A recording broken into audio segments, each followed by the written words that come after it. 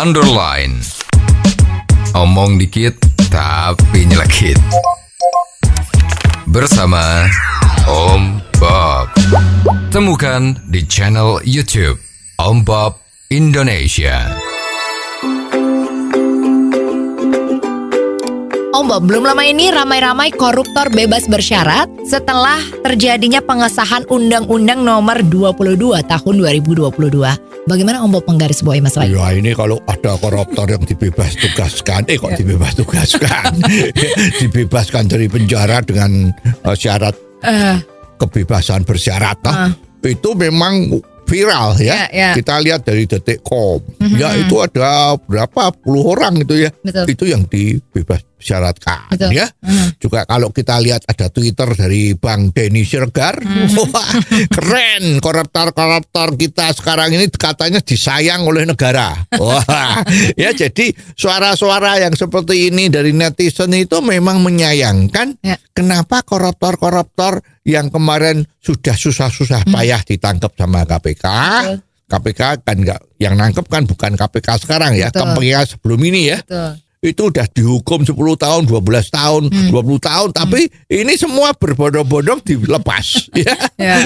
Ini konon tuh gara-gara bahwa Mahkamah Konstitusi itu mengeluarkan satu putusan bahwa koruptor itu termasuk kejahatan bukan extraordinary, tapi adalah kejahatan yang biasa saja.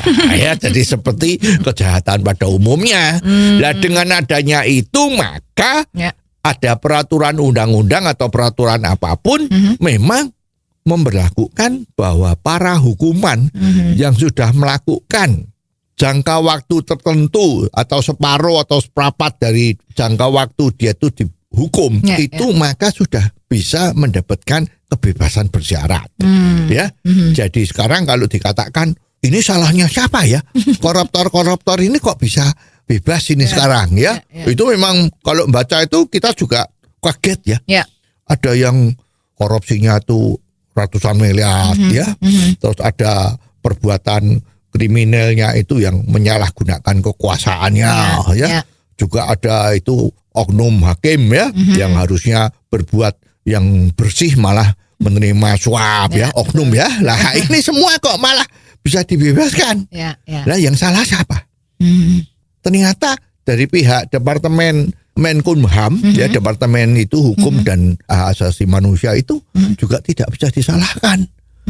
Hakim-hakimnya juga nggak bisa disalahkan, kepala lapasnya juga nggak bisa disalahkan, ya karena di sini mereka dilepaskan itu ada dasar hukumnya, dasar hukumnya itu peraturan, jadi memang kita juga nggak ngerti ini kok ada aturan yang seperti itu, ya jadi sebetulnya yang salah kok ada aturan yang kayak gitu, ya aturannya salah nggak? Lah aturannya yang buat kan yang berwenang ya. Katanya kalau negara Indonesia ini yang demokratis menganut trias politika, pembuat undang-undang itu kan legislatif. Legislatif itu kan DPR ya. Nah ini undang-undang kan sudah disahkan dan yang bikin DPR. Ya, tapi kalau sekarang undang-undangnya itu seperti itu, ya eksekutifnya nggak bisa disalahin karena memang itu undang-undang. Ya jadi memang harus dipikir ini undang-undang itu harusnya benar seperti ini atau tidak. Kalau tidak ya cepat-cepat aja DPR melakukan perubahan-perubahan undang-undang itu agar supaya betul-betul aspirasi dari rakyat itu bisa diterima. Ya sekarang kan rasanya aspirasi dari rakyat itu kan tidak diterima. Masa ini maaf pencoleng dan koruptor itu macam-macam itu kok enak saja dianggap kejahatan biasa, ya kejahatan orang mencuri di supermarket misalnya seperti itu. Ini kok hampir sama. Nah ini kan nggak benar. Apalagi yang melakukan pejabat. Pejabat tuh harus memberi contoh yang baik. Malah dia melakukan kejahatan. Lah mestinya hukumannya kan lebih berat. Ini malah berbondong-bondong. Dan kita tunggu, mungkin dalam waktu dekat ini ada yang dilepaskan lagi. Ya, karena seperti yang dikatakan Denny Siregar itu, koruptor kita itu kan disayang oleh negara. Ya kan? Begitu kemarin tuh, begitu putusannya keluar kalau itu dianggap bukan extraordinary, Iya, ya, iya. kejahatannya itu langsung geruduk ya keluarlah para koruptor yang kemarin terpidana itu. Iya. Nah, ini yang membuat hati kita susah. Iya. Ya. Betul juga itu apa yang dikatakan sama Laksamana Soekardi kan, bahwa di tempat kita ini terjadi salah pengelolaan yang dilola dengan baik. Maka kesalahan itu menjadi kesalahan yang betul-betul salah. Oh, jadi begitu ya Om Bob. Jelas deh sekarang. Terima kasih Om Bob untuk waktunya. Sampai ketemu lagi di waktu yang akan datang. Underline. Omong dikit tapi nyelekit.